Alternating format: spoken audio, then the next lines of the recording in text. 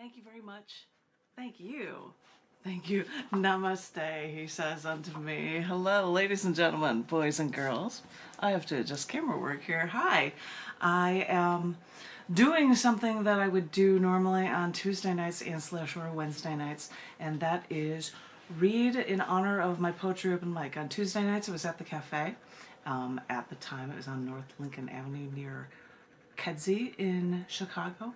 And on Wednesdays it was at the Gallery Cabaret, because sometimes people wouldn't show up right away on Wednesdays, and so they'd have to wait a little bit, so there was enough room for an open mic to actually start. But I would read things oftentimes from new issues from Scars Publications to be able to start off the evening as well. And so in honor of that, especially in quarantine times, I thought I would read a couple of poems from a new Scars Publications book release. I hope everyone is doing really well this evening. I thought I would pick things from this February 2021 issue of cc&d magazine. It's volume 306, and it is titled More Softly Than the Thunder. It's hard to see in the live version. I see people are watching. I should wave and say hello to them.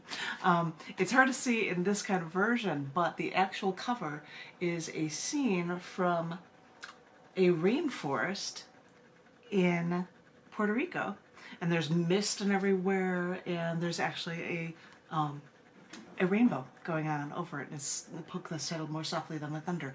All of the titles from books are based from individual issues on accepted writings, and this is one of the accepted writings. It's titled More Softly Than the Thunder, and I thought how appropriate to have a rainbow that was actually photographed on Easter this past year to coincide with a very, very damp rainforest photo to show the changings of seasons. I thought I'd read a few poems. I have no idea what I'm going to read yet, but we will see. I hope you enjoy them. This first one, and I believe it's because this is a February release, this is titled Fighting for Freedom on Christmas. And you're thinking, Christmas? That's nowhere near February, but this is all about George Washington's birthday, which is February 22nd. So that's the reason for sharing this poem from this book with you. It's titled Fighting for Freedom on Christmas. When these guys got together and wrote the Declaration of Independence, the British Empire didn't roll over and say, oh, okay, and just let the United States of America do whatever they wanted. Just because we signed a paper saying that we chose to be free from Britain, paper didn't mean anything to the British Empire, so they were ready to fight to keep their hold on us any way that they could. So, yeah, Britain came to fight, but since they were all an empire and all, they'd employ some of the Hessians from Germany to do some of the fighting for them, so they could cover all bases. After months of fighting, in 1776, George Washington's Continental Army was at a loss. It was approaching Christmas, and they stayed camped on the shores of the Delaware River in Pennsylvania. Hessians, German mercenary soldiers for the British Empire, were all across the river at Trenton, New Jersey, which stopped the Americans, who were now out of munitions. So, on December 23rd, Washington brings over Hugh Mercer, a Scottish general, and Captain Alexander Hamilton, and he says the Hessians are going to be drunk and reveling on Christmas night. So that's when we're going to attack. That's when they'll least expect it. But Mercer explained, we don't have any munitions. and that was when Hamilton said, well, that's why we attack then, to actually get their munitions. Washington thinks, we have 5,000 troops. We'll cross the Delaware. That's 300 yards. We'll get through the ice and we'll fight the British, and who only have a hired German army. Christmas rolls around and the Hessians are celebrating Christmas, which is when separate U.S. ships set sail. Those stuck on Mercer's ships think, there's too much snow. Let's go back. All Hamilton could think was that we have to help Washington, even though others are on this boat and they're balking, saying, there's too much snow, there's too much ice, it's just too cold. George Washington could only stress to everyone that we're crossing the Delaware we're crossing the Delaware River, and there is no arguing with the man over this one. And maybe you've seen that painting of it, but it was much grimier and dirtier than that painting could ever portray. There were 60, 70 mile per hour winds. Icicles are hitting their boat, made of cheap pine and probably barely holding up. And some of the soldiers had towels wrapped around their feet because they didn't have any shoes.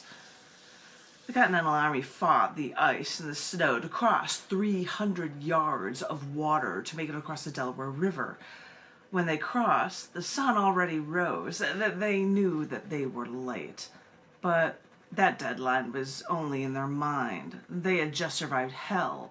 So by now, all they could think was, let's do this.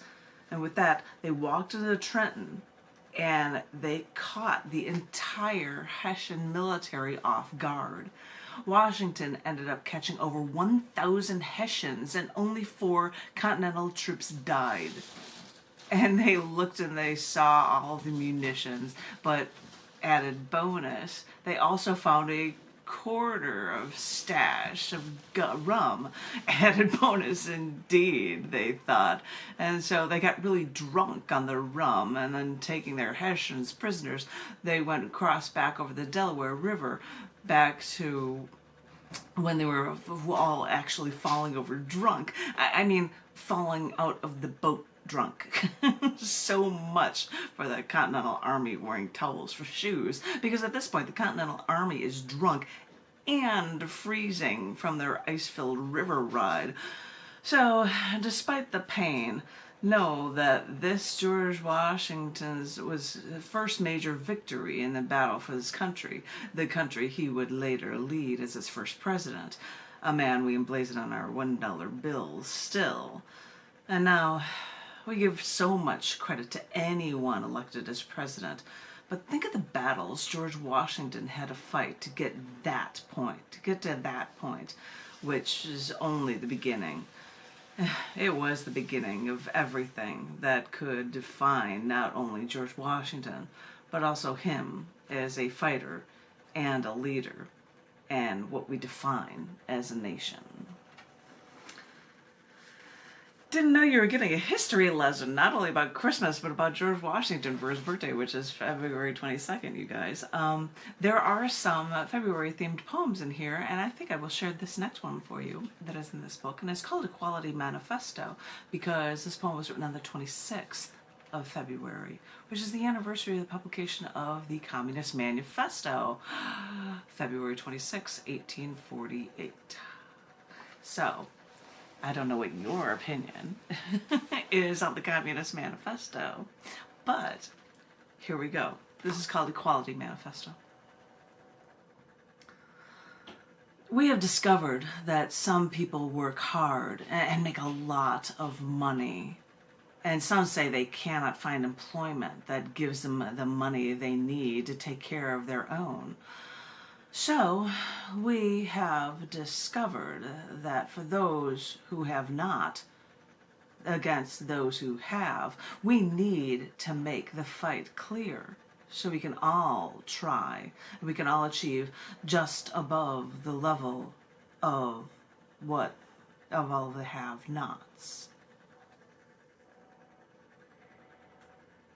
We are not the first to postulate a 70 to 90% tax on the ones who make far too much money for their own good, because we are sure that even if we tax them enough to pay for the unemployed, they will still keep making money hand over fist, so that we can all just keep everything running on their backs for as long as this great country can live.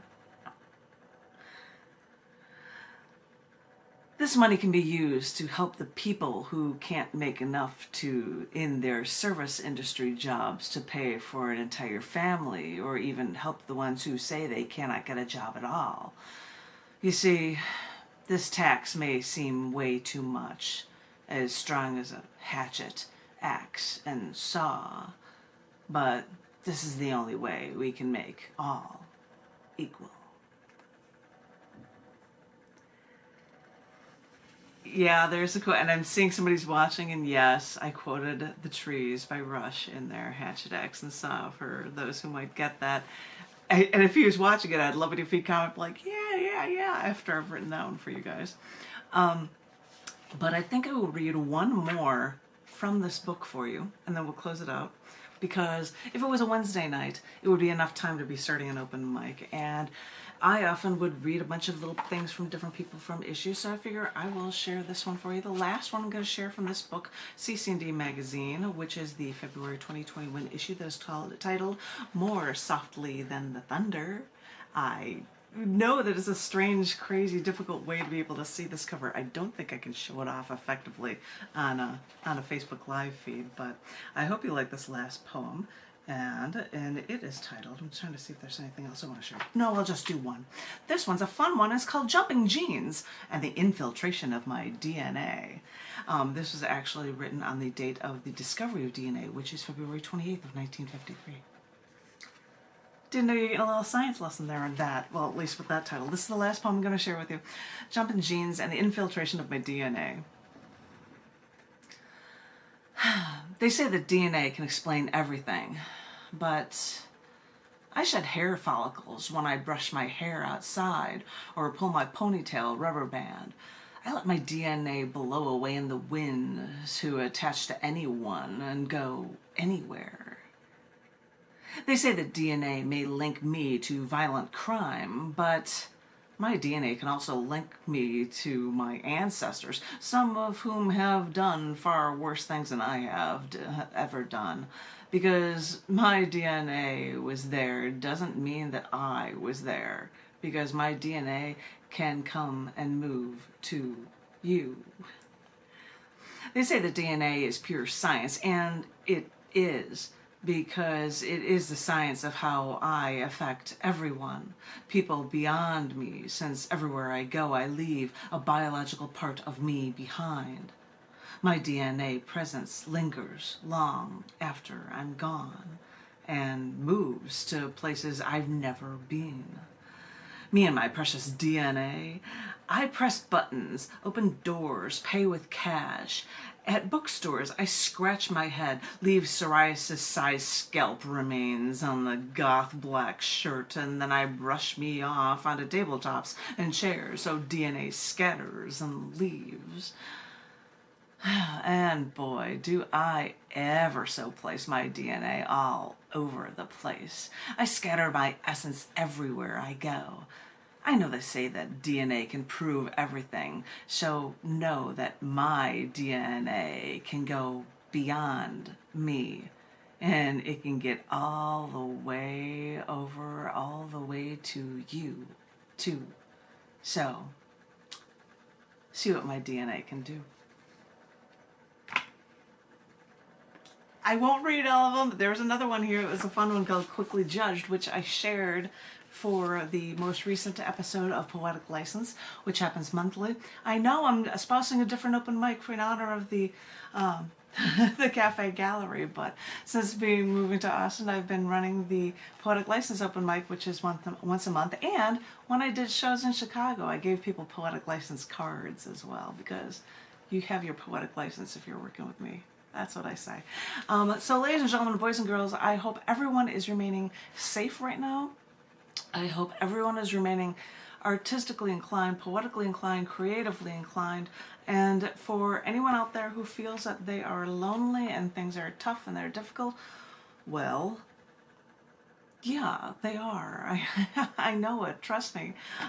But things will improve, and you are not alone, and you are loved. So everybody, you hang in there, and I look forward to talking to you very, very soon.